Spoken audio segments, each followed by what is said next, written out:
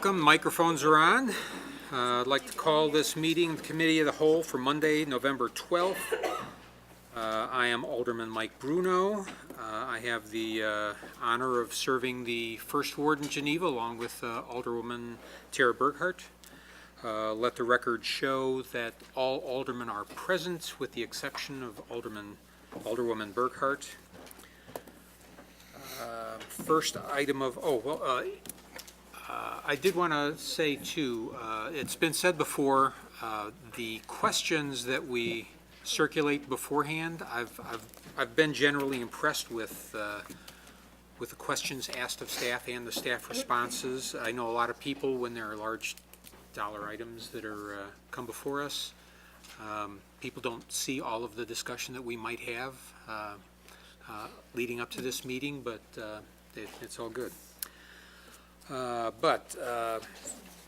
With call to order out of the way, item 2, approve Committee of the Whole minutes from October 8th, 2018, and Special Committee of the Whole minutes from October 15th and November 2nd, 2018. Is there a motion? So moved. Moved by Marks. Second. Seconded by Clements. Any discussion? Seeing none, hearing none. All those in favor signify by saying aye. Aye. Any opposed? Passes unanimously with one absence. On to item 3. We have we're going to proclamation for proclaiming November as Epilepsy Awareness Month. I'll just read this up.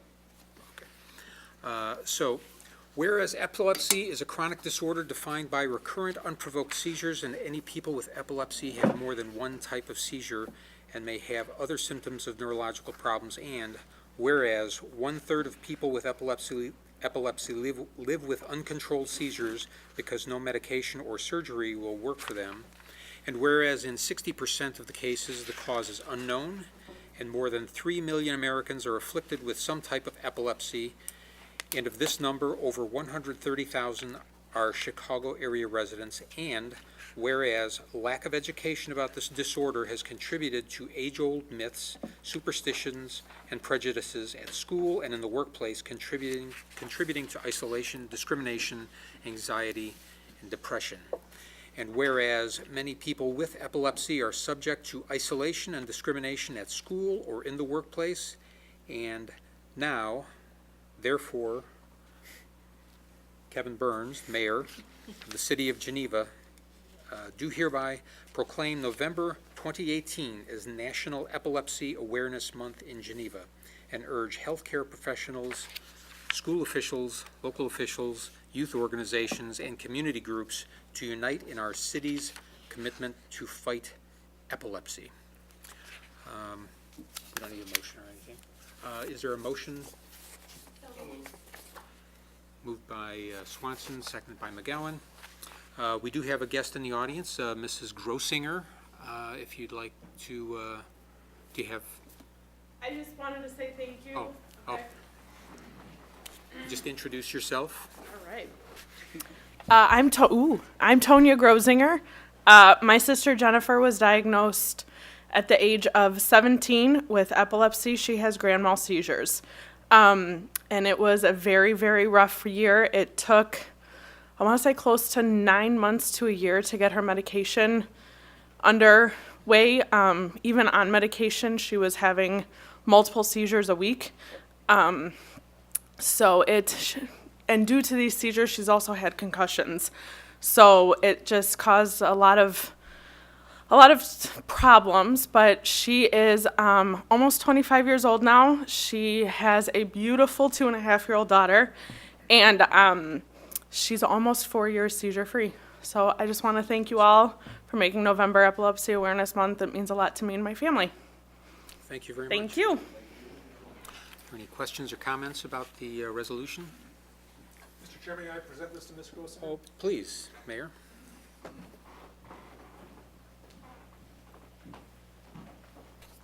You forgot to share with the council your due date.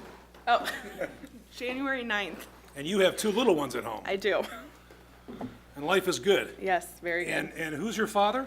Dan Ugasti. Oh, interesting.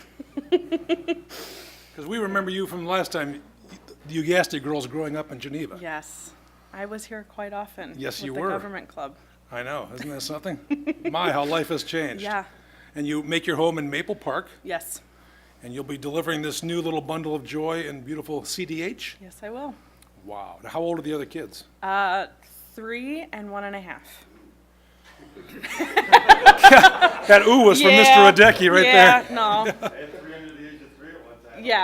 Yeah. My husband's like, and we're done. So, And the yeah, exciting news about Jennifer is she's moving to Memphis. she is. Her husband got transferred. He works for UPS, so they are en route to Memphis. So, So you're here representing the I family. am. That's very exciting. Well, this is for you. Thank you very much. I'm going to ask perhaps either Miss Dawkins or Mr. McCready to take a quick photo. Would you mind? Would you mind if I send the photo out as well? No, that's fine. Cool. Do you want to be in it? Come here, know. you. Only partially tongue-in-cheek. Get me out of this photo.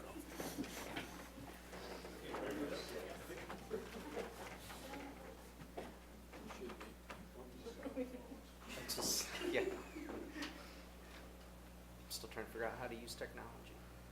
And we'll take one like this, just for good measure.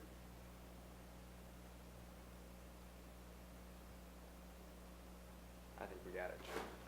Thank you very much. I appreciate it. You too.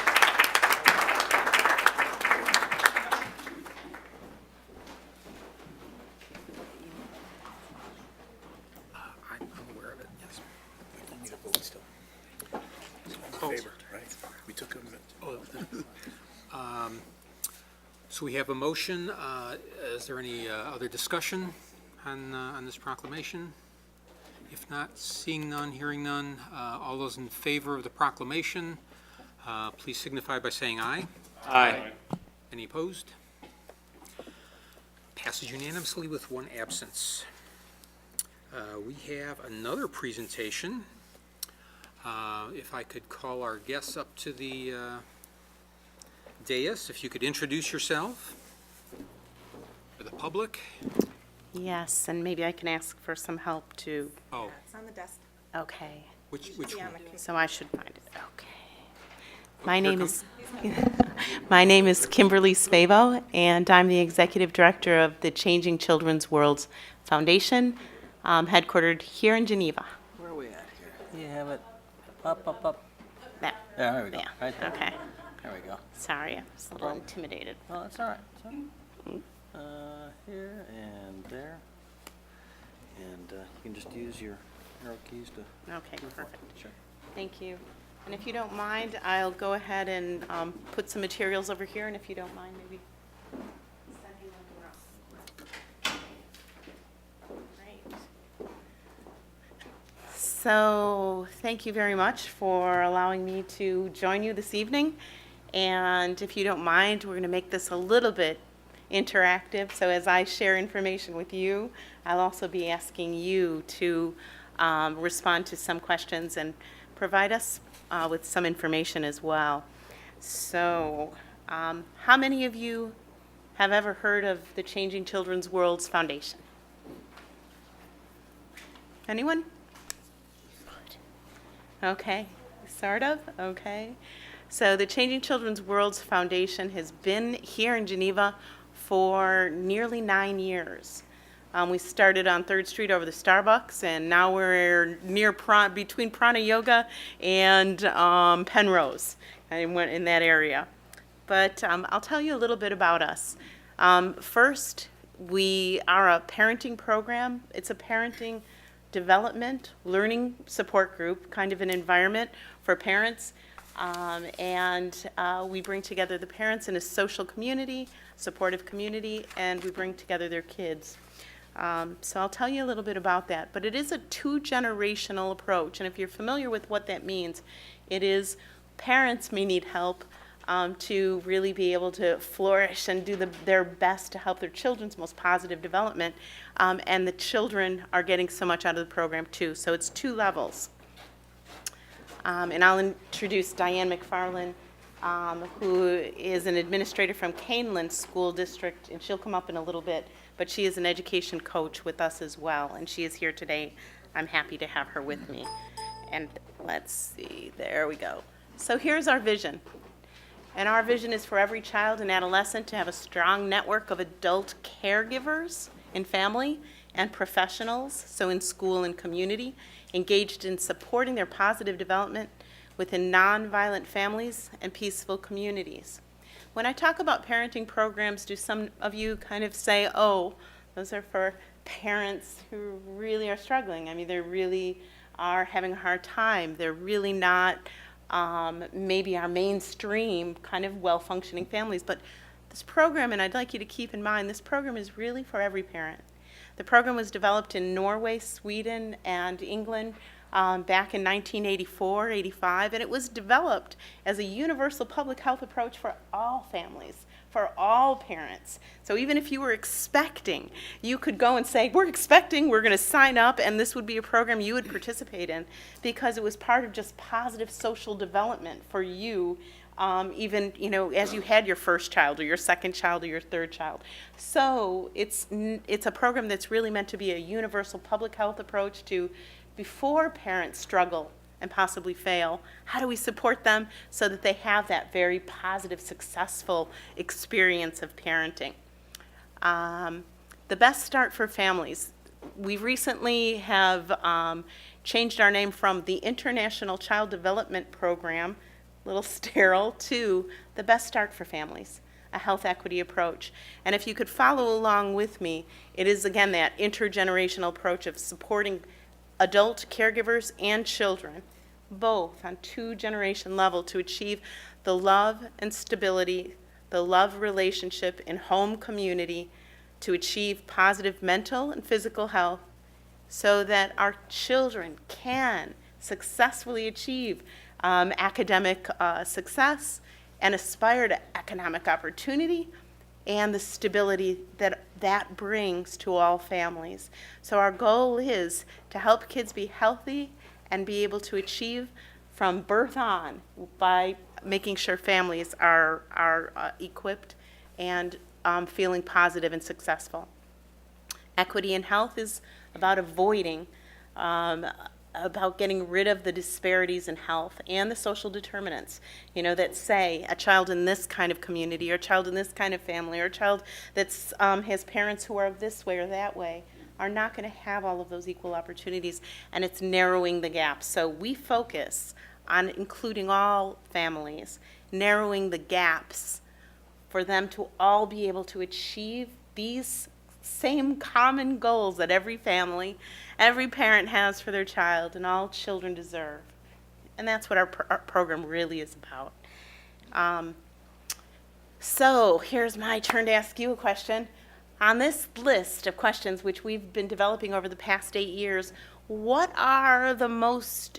the main problem affecting children in Illinois, or you might even say these are the main problems that are affecting children in Geneva or in the Fox Valley area? What would you say would be the most important or the most challenging problems that families are addressing here, facing here?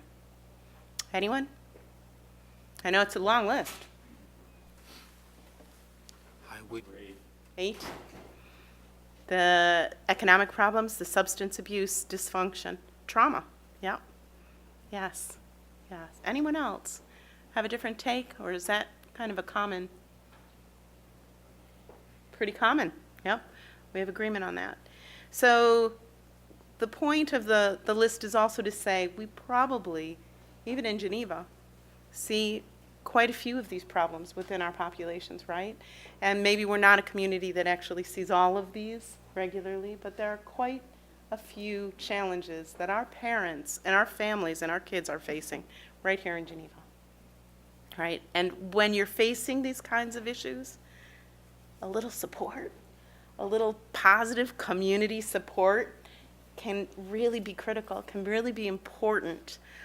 So that's what our program's all about. It's not just, kind of that socioeconomic or that demographic. All of us can be going through any of these things, right? So what do you see here? You see some different faces. You see some maybe parents as well as kids. So the question of what do they need is really what we try to answer. So our program, which is that ICDP USA The Best Start, to be community-oriented, strengths-based, peer-facilitated, to focus not on how do we stop the violence and how do we, how do we manage the bad stuff, but it's to focus on the positive development, the well-being. That's violence prevention. If we can bring out the good, we're going to be able to prevent. Supporting the positive psychosocial care competencies in persons responsible for their children, parents and professionals, and to really focus on human empathy and compassion. So our program is psychosocial. It's done by professionals, psychologists, mental health professionals. Tri-City Family Services has a program of ours going on tonight at their office here in Geneva. It'll be a 16-week program. If you have parents that you think would benefit, and this could be anyone from parents moving in, just having a baby, parents who are maybe just trying to connect, they want to meet someone else. Often it's a parent who maybe has their child just diagnosed with special needs. They need to have some connection. Please let me know, because it'll be 16 weeks, this program, and they're just starting. They're on session 1 tonight, so they'll take new parents for the next few weeks. But it's all about getting our community together, the professionals, preparing them to facilitate this program wherever they are, in schools, mental health agencies, community organizations, and then working with our parents. So we all know that relationship is so important. And some of us can look back, and I'll say I look back and I think about my 28-year-old, just turned 28, and my 23-year-old, and I think, I wish I could have done some things differently, right? I learned about this program about 10 years ago. It changed my parenting with my kids who were then 13, 14, and 18. It's the potential of what we can have in relationship with our kids and in our families. And so it's the optimum relationship that we're talking about. And it's how do we talk to parents about the most important thing that they need to give their kids is heart, home, health, so that they can achieve that education, economic opportunity, and we can see a more thriving social community. The effects of our program, and this is all proven. I'll give you a moment just to kind of glance at some of the expected effects, both in the caregiver as well as in the child. And you might ask, how do we know this? Well, we're finding the superpowers of our parents. We're finding the superpowers. You can, some of these programs, almost all of them, Batavia, Elgin, Aurora, Bloomingdale, St. Charles, NIU, and DeKalb, we're helping the parents find their superpowers so that our kids will find their superpowers too, right? That's what our program's about, strengthening, finding the strengths and the positives so that our kids as well as parents see themselves positively and can do so much. Well, our program is effective, and it's been effective in 40 countries, over 40 countries around the world, because it is evidence-based informed, intergenerational approach, trauma-informed, community-based. Our facilitators belong in our communities. They belong in that school or in that mental health agency. They know their communities. Peer-facilitated, strengths-based. And here's some of the evaluation results. We work with Northwestern University to actually do this evaluation. And in that gold column, the significance there says that it is beyond any doubt. Because if there's, for instance, the perceived quality of life, 0.031, means, okay, there's a little bit of maybe it was a different factor that influenced it. But when you see the rest of the results, there's beyond a doubt the change from pre to post test for our program shows statistically significant changes in all of these areas.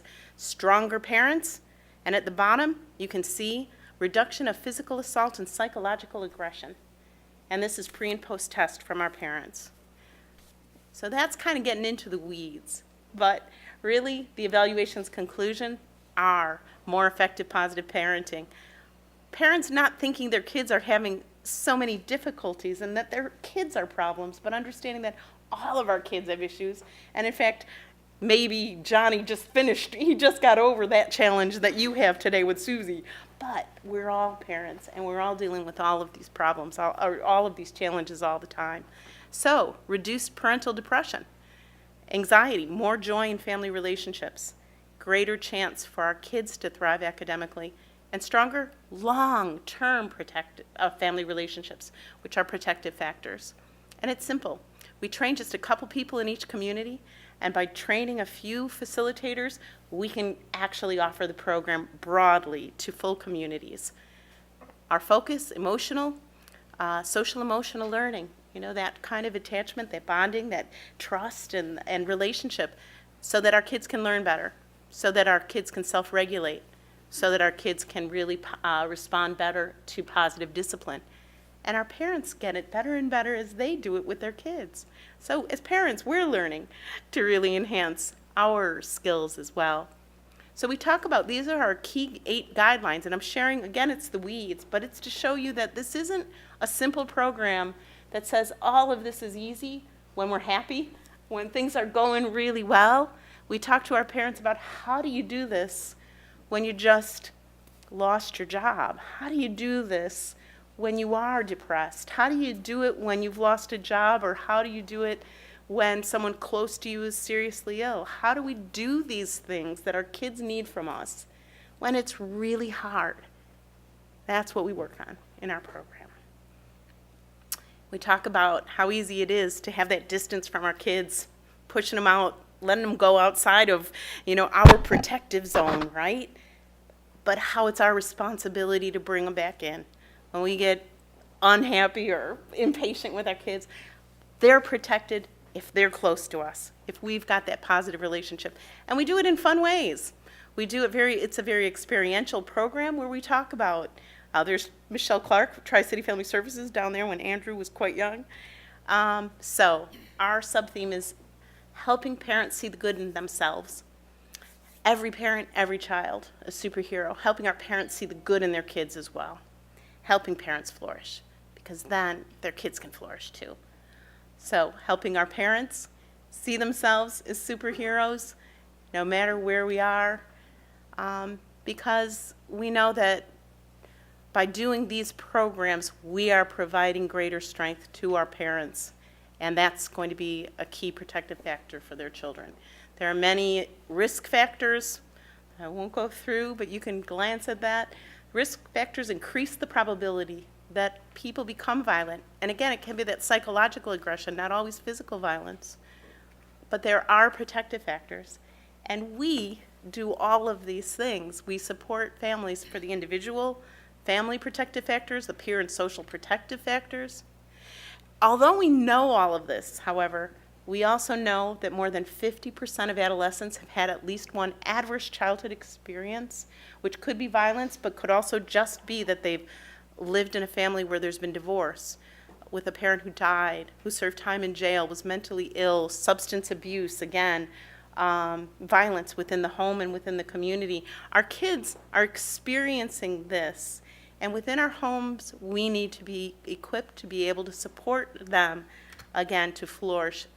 We know that 60% of American children were exposed to violence, crime, or abuse in their homes, and we know what the results are. We know what the impact of that is on our kids.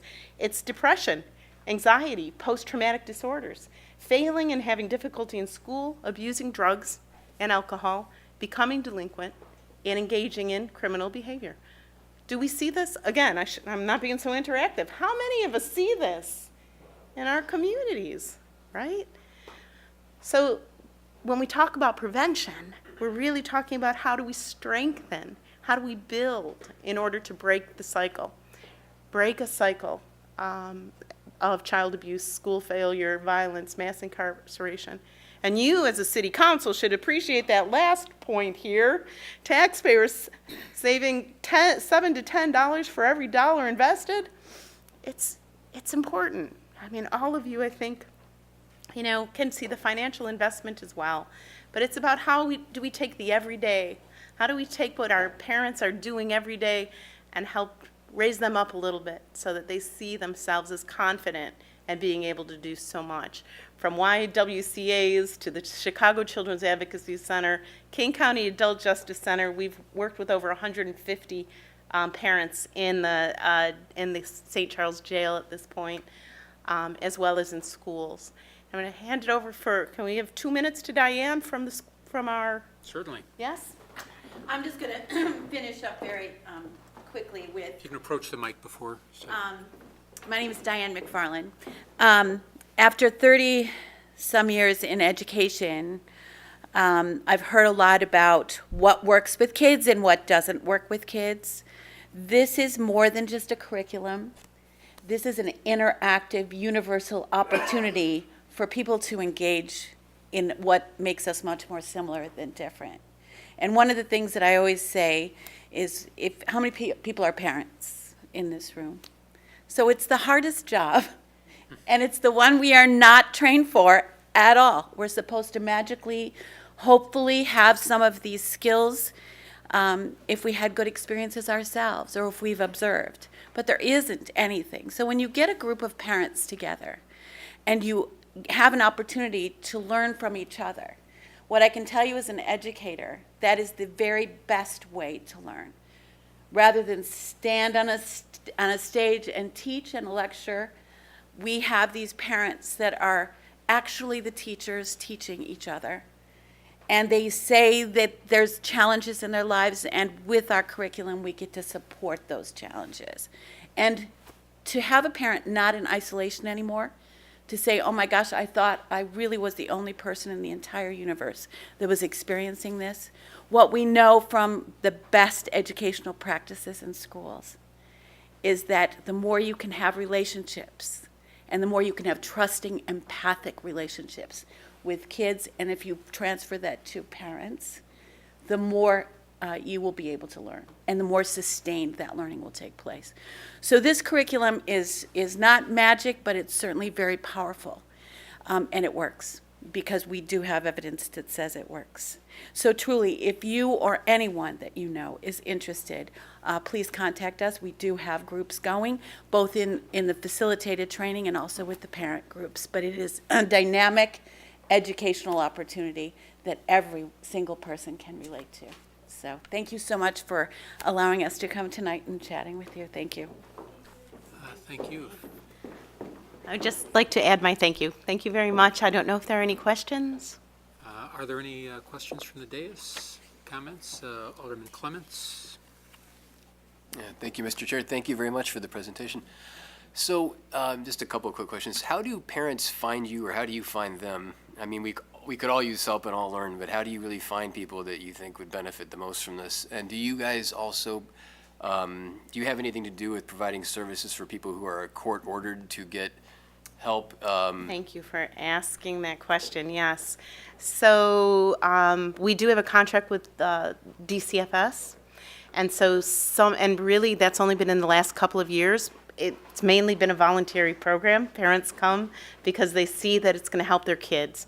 But we do have a contract with DCFS, and so if there are court-mandated parents intact or trying to get their kids back, or we do have a contract where we meet the need, and so they support us to provide programs to those parents. But otherwise, it really depends. In a school, we will, and it's mainly relationship. So if we've got a couple of teachers in a school and parents have a relationship with them and they say, we've got a program, come to our program, parents will be there. U46 right now, I think we're over 20 parents. D131 at the Aurora School, I think they have over 25 parents who've just signed up for the program that's going there right now. So what we do is we train the teachers or the social workers, nurses. We train people within the schools, and then those trusted community members, they're the ones who actually provide the program to their community of parents.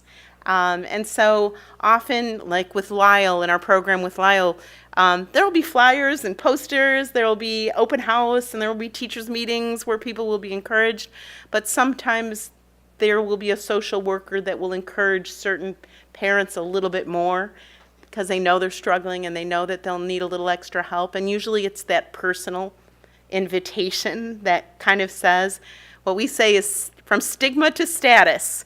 You know, you're coming not because you're a bad parent, but you're coming because you want to be the best parent and you want the best for your kids. So it's really, it needs to be relationship based to really get the parents that we want there who otherwise wouldn't come. Yeah. Good. Anything else? I've got a question for you. First of all, thank you for the presentation. Your passion is obvious. I was wondering, the geographic area that you serve is, We have done programs from Rogers Park to Calumet City to Bloomington.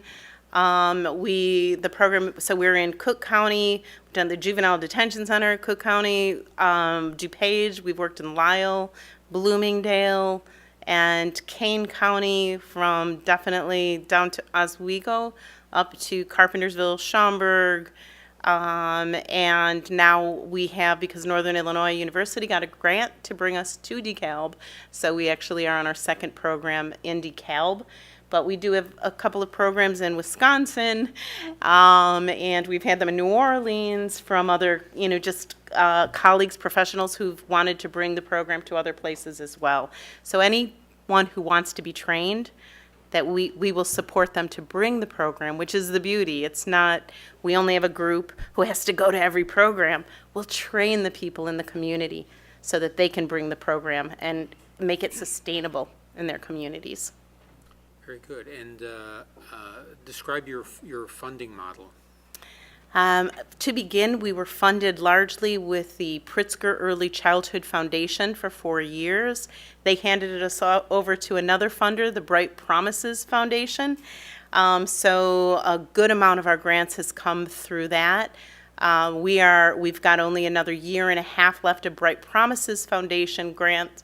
So we have Wells Fargo grants, we have other small grants, we go to Rotary clubs and get the service community donations, we have a fundraiser.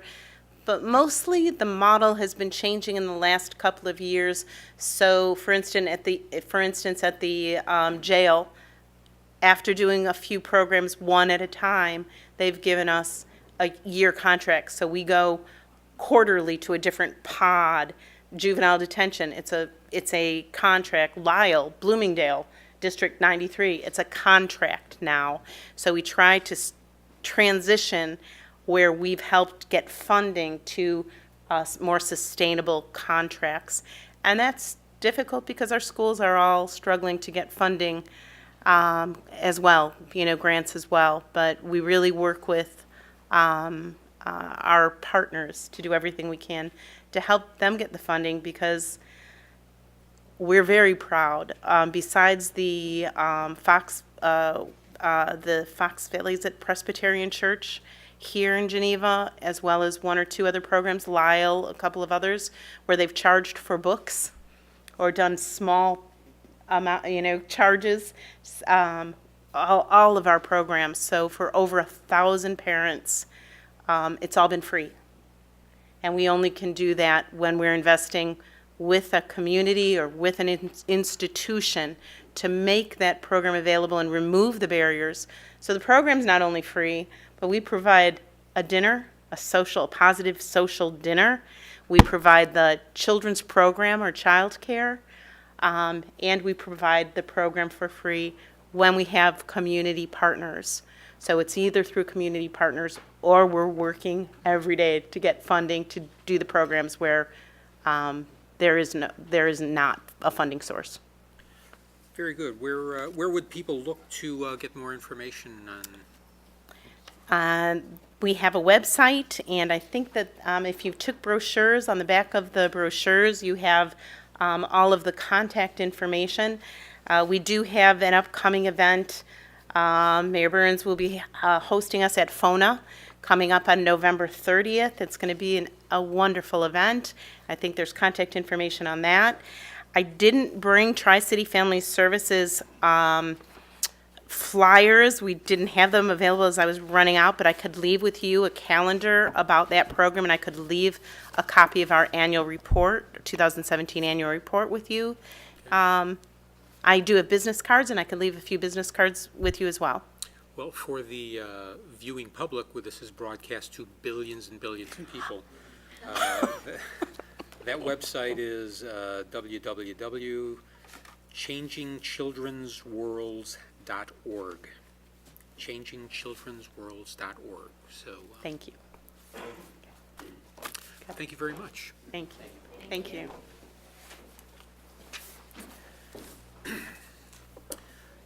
With that, we will move on to items of business. 4A, recommend suspending the rules to permit Alderman Bruno to be the COW chairman for this meeting and to vote on all action items on this agenda. Is there a motion?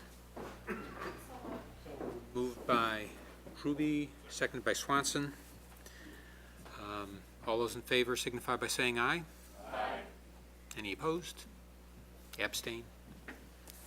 So passes 8, One absent, one abstain. 8, 1 abstention, 1 absent. On to 4B, recommend approval of estimated 2018 property tax levy. Do I have a motion? Moved by Maladra, seconded by Kilberg. I'll pass it off to the city administrator for a little summary there. In compliance with the Truth in Taxation Law, for consideration and approval this evening is the estimated tax levy in the amount of $5,283,451, and the debt service levy estimate of $651,650. As a non-home rule municipality, the statute limits the increase in the amount of property taxes to the annual change in the CPI, which is 2.1%, and the increase in the EAV that is attributable to new construction, estimated at 0.72%. The final levy is to be approved by the City Council at the December 3rd, 2018 City Council meeting, and the actual final rate will be determined by the county and can and likely will be lower, but in no case can be higher than this recommended estimate. Based upon these estimates, a residential property taxpayer will see an overall decrease in the tax rate of 2.9%.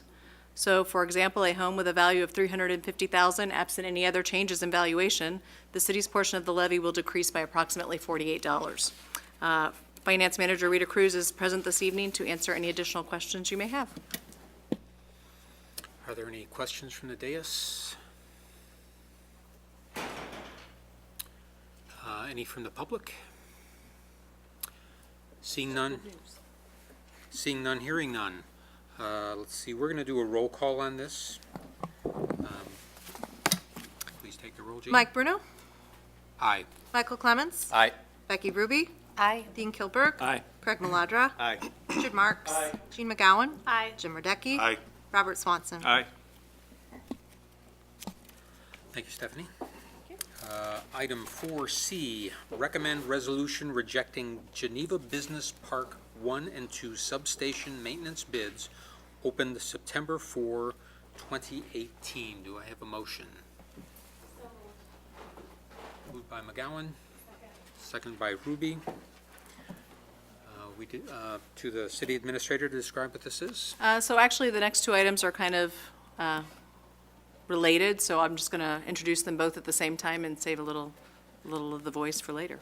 The first is a request to reject the Geneva Business Park 1 and 2 substation maintenance bids from September 4th, as the two bids that were received exceeded the planned budget amount. Assuming the council rejects those bids, the second item of the council will be asked to consider is approve a resolution awarding the bid to Shermco Industries in the amount of $60,133. Hal Wright, our Superintendent of Electrical Services, is here to present any additional questions that the council may have, also backed up by Public Works Director Babcock. Are there any questions from the dais? Questions from the public? Seeing none, hearing none, all those in favor signify by saying aye. Aye. Any opposed? Motion passes unanimously. And part 2 of that is 4D, recommend resolution awarding bid to Shermco Industries in the amount of $60,133 for the Geneva Business Park 1 and 2 substation maintenance. Do I have a motion? So moved. Moved by Marks. Second by Ruby. Any discussion at the dais? From the public? Alderman Kilberg? I just might add that the council has been provided with a lot of, great deal of background as it relates to these bids, and that we're not reaching a decision in a vacuum. Yeah, thank you, Alderman Kilberg, which is, it actually, this is what elicited my opening statement about all the discussion that happens that might be outside of the public, although those kudos to staff for converting those, and those questions are available to the public on the Geneva website ahead of this meeting. Any other comments or questions? Seeing none, hearing none, all those in favor signify by saying aye. Aye. Any opposed? Motion passes unanimously. Item 4E, recommend resolution authorizing change order from Pennsylvania Transformer Technology, Inc. for the Western Avenue Substation Transformer procurement totaling a credit of $16,750 and decreasing total contract amount to $484,360. Is there a motion? So moved. Moved by Marks. I'll give it to Clements. Any discussion at the dais? Oh, I'm sorry.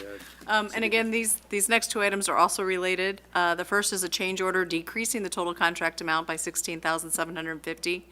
And then basically this was because we were to do on-site factory testing and that did not occur, so that we received a credit for that.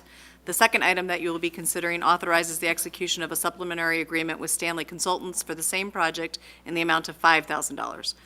Again, this evening we have Hal Wright, Superintendent of Electrical Services, to answer any questions with backup Director Babica. Backup. Any comments from the dais? Alderman Kilberg? Since Mr. Wright has come out this evening, we can't let him get away without at least having something to say here. And thanks for getting dressed up. Show my respect. You might talk a little bit about the sophistication of this technology and why we're spending $500,000 for a transformer. And I know that there's a substantial lead time as it relates to the construction of these types of electrical equipment. Would you want to share a few thoughts on just this whole area and why it's so critical that we maintain these, replace them when it's appropriate? Sure. The City of Geneva has 9 substation transformers on its system. The cost for those varies depending on things like hurricanes and demand and supply. And we got a good deal at $500,000. I've seen them as much as $1 million for the same thing. $900,000 we paid in the past as well too.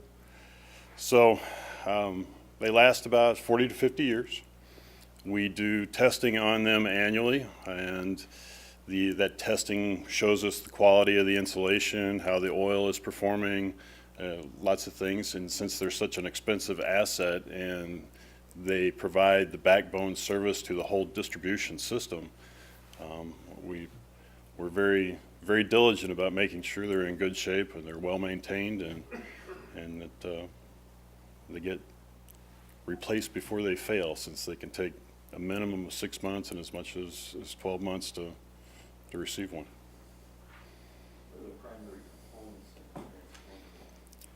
It's a coil and a coil of wire wrapped around a big piece of metal is really what it is. They're heavy. They're about 100,000 pounds. They're big. For instance, as copper prices fluctuate, that'll have a huge bearing on. Huge bearing. Yep. Yep. They hold a couple thousand gallons worth of oil, so they're cooled. We typically run them at about 50% load.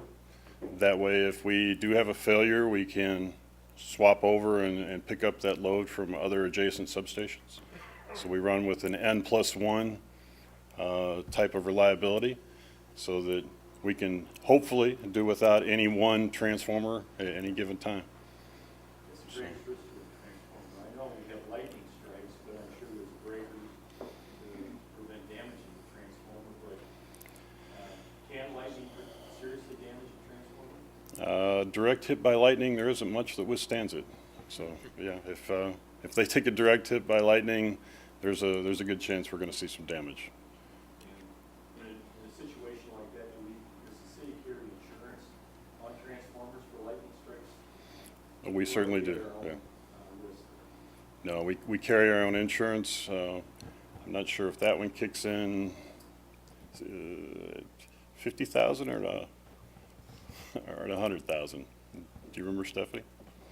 No, but we do have insurance for that, yes. At least a good portion of the risk is covered with insurance. Yes. That's all I have. Thanks a lot.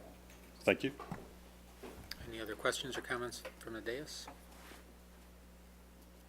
Well, some of that interesting equipment that's not necessarily glamorous, but when it's not there, people know. Thank you. Any questions or comments from the public, which, seeing none, hearing none, all those in favor signify by saying aye. Aye. Any opposed? Motion carries unanimously.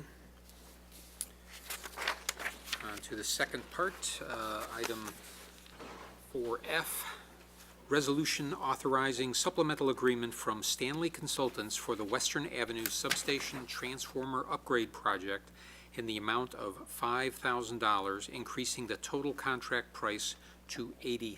Do I have a motion? So moved. Moved by Marks.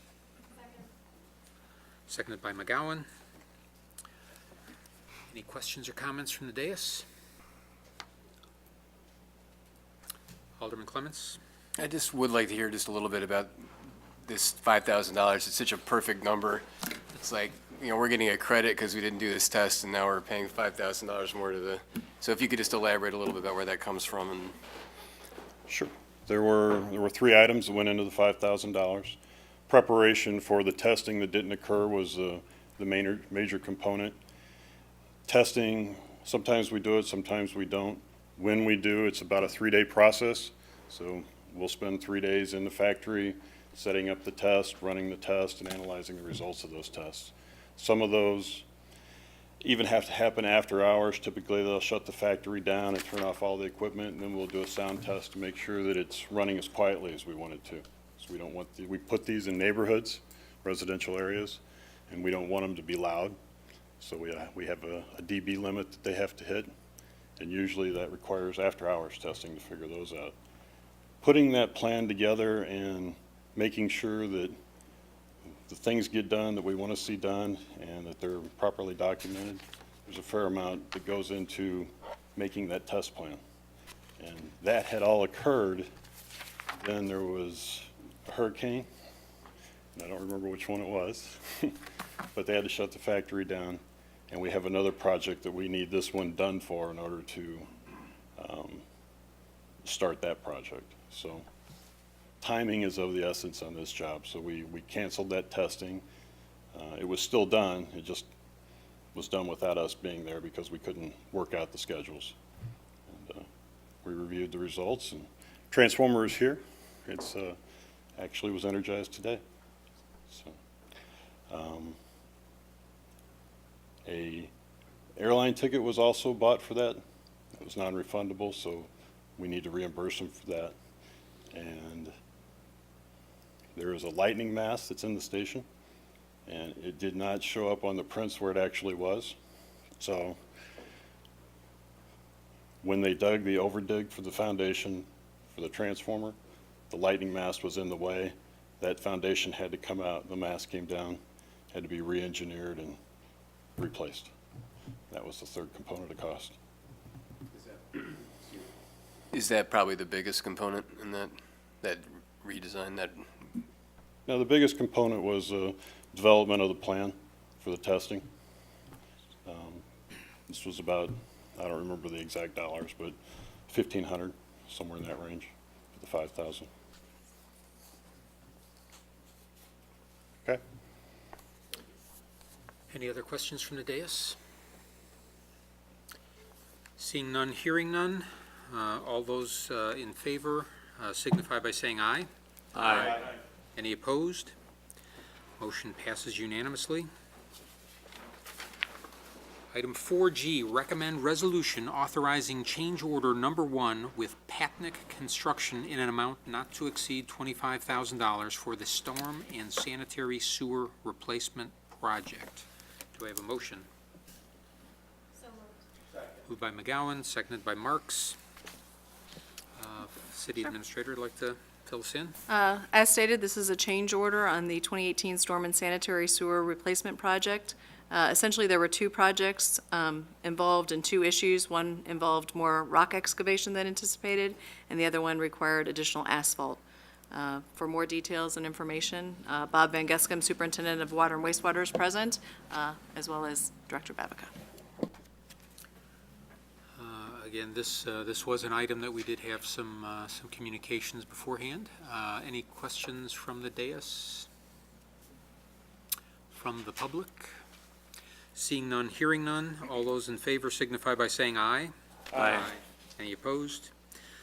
Motion passes unanimously. 4H, recommend resolution authorizing purchase of 2019 Ford Explorer and declaring the 2008 Toyota Prius G2106 as surplus upon delivery of new vehicle. Is there a motion? Moved by Clements. Second by McGowan. City Administrator. The recommendation on this item is to purchase a Ford Explorer through the Illinois Joint Purchasing Program and declare the current vehicle as surplus to use as trade-in. Superintendent Van Gescam is here to answer any questions. I would point out that although the summary in the packet says it is the water superintendent's vehicle, it is a vehicle that is used by more than just one employee. It is a vehicle that's available for use as needed by other employees. Are there questions or comments from the dais? Alderman Swanson? This is a vehicle that we've had for 10, 11 years, and it has 60,000 miles on it, so it's lightly used. And my question is, do all the city departments have vehicles like this that are sporadically used that could be shared? And I don't know the answer to that, but I guess I'm asking staff, is there a way that electric and water and streets could share a vehicle such like this so we don't have to have 3 of them if 2 of them are sitting on a daily basis and 1 is in use? So it's a general question.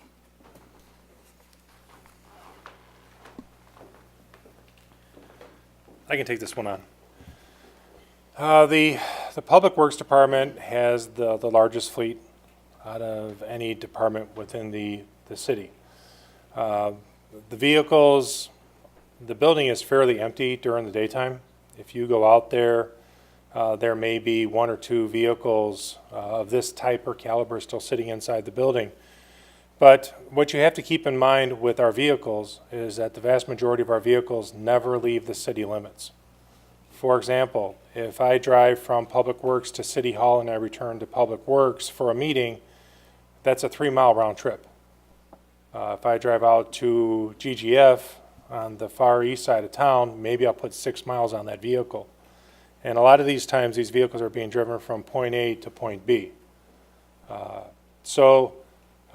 Probably the most well-used vehicle we have is Hal Wright's, the electrical superintendent's vehicle, and that's because he has to drive down to Prairie State 6 times a year and to Springfield 4 times a year with an annual trip to Indianapolis.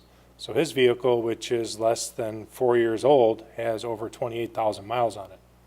So it really depends on which vehicle there is, how much mileage it gets. But for example, I'm an equal opportunity vehicle grabber.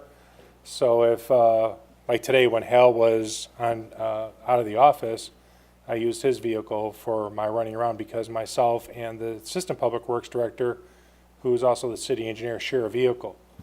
And again, as the city administrator said, those vehicles are available to anyone at any time. Obviously, the Priuses and the Focus is really just used for basic transportation to get to and from point A to point B. the Ford Explorer, the 19-year-old Ford Explorer that myself and the Assistant Public Works Director primarily operate, can be used for pulling around small trailers or the aero boards, or even the water pumps if needed in a contingency situation. So the vehicles do get shared. I know there's a pool car here for City Hall that the City Hall staff share, and then the building commissioner and the code enforcement officer and the building inspector all have a primary vehicle that they're the primary operators on, but they're also available for use that if they're scheduled off that day, that someone else can use that vehicle. So the simple answer is yes, those vehicles are used by everyone and anyone. They're not particularly assigned to anyone.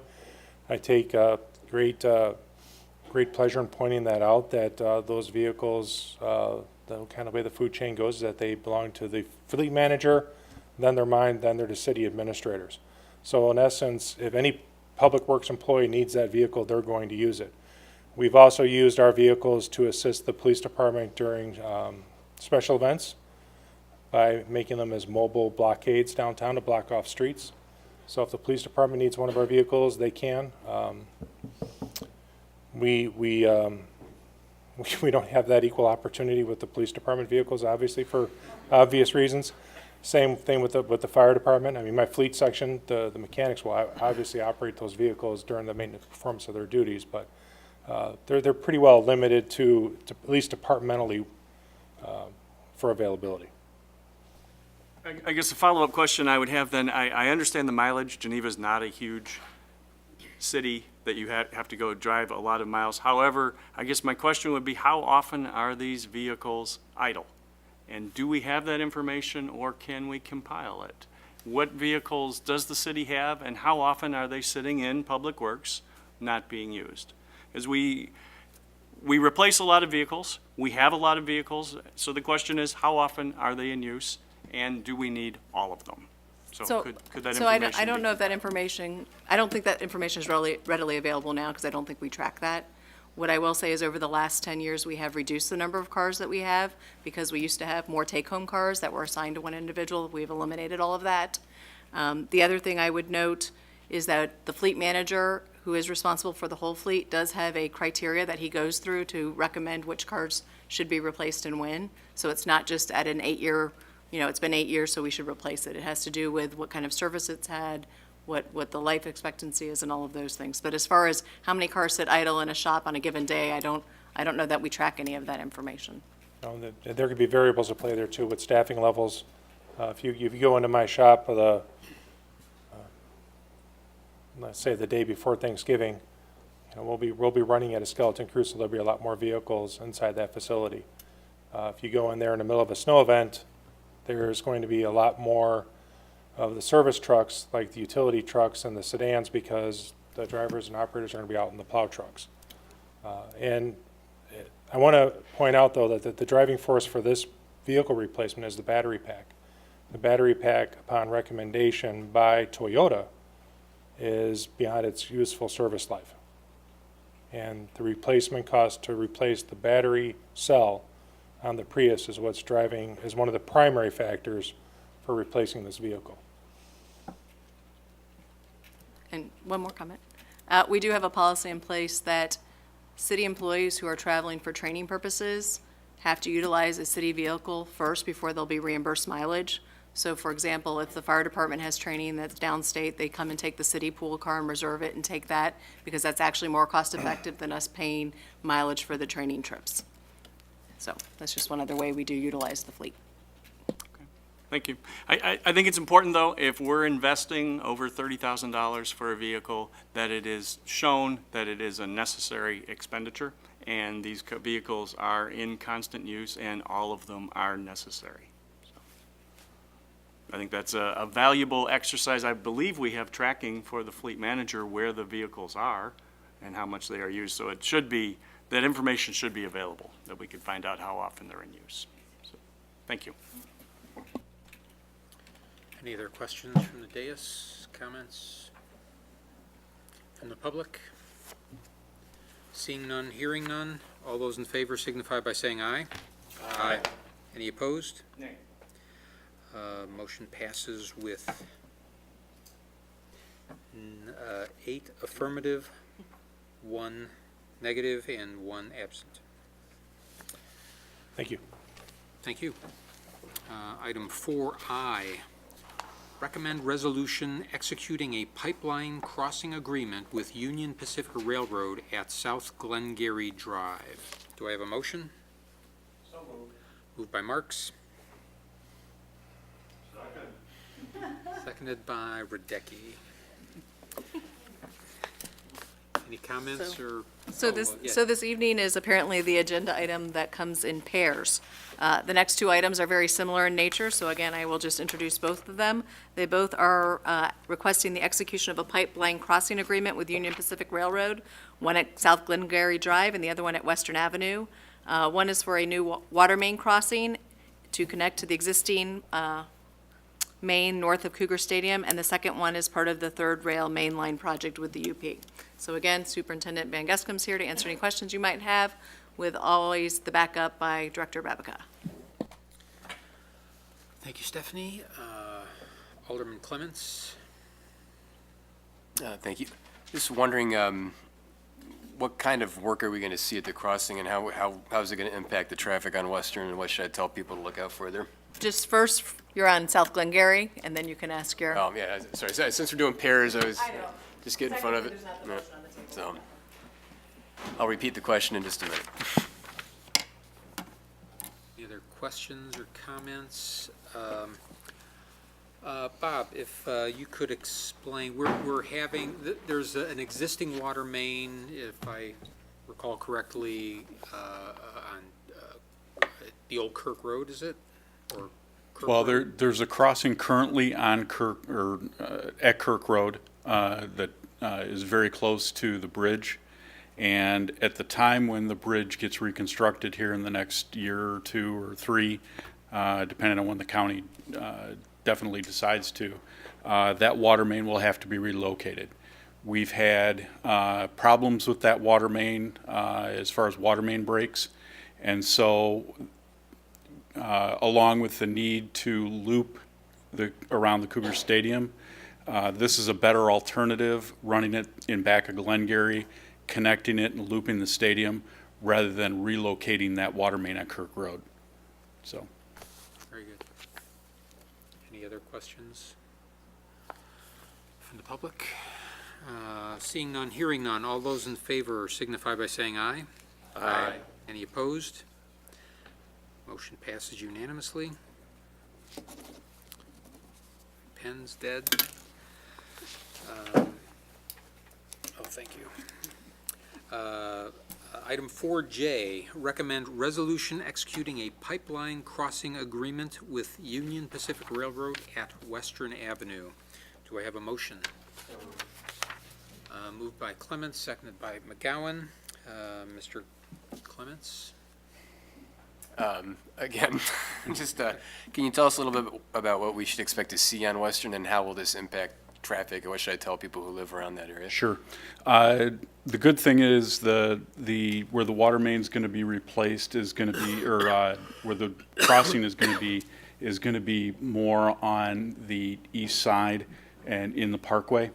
Now, we do have 2 other water mains that are going to be abandoned there, so there will be a little bit of traffic impact, but it's going to be intermittent. It's not going to be for any great length of time. So it's just going to kind of depend on how the project moves along, and I'll be sending out notifications either by Geneva mail or to the area residents or yourself to let people know what's going to be impacted. Thank you. Alderman Radecki? Yeah, I guess the second comment to that would be, if you've ever seen a water main break, it'll shut down a street unplanned, unexpected, and, you know, this is something that may be avoiding a much bigger problem, is what I would be telling people. Yeah, right now, we've got an old 6-inch and a 12-inch underneath there, and we're going to abandon both of those with a new 12-inch. So, Your microphone?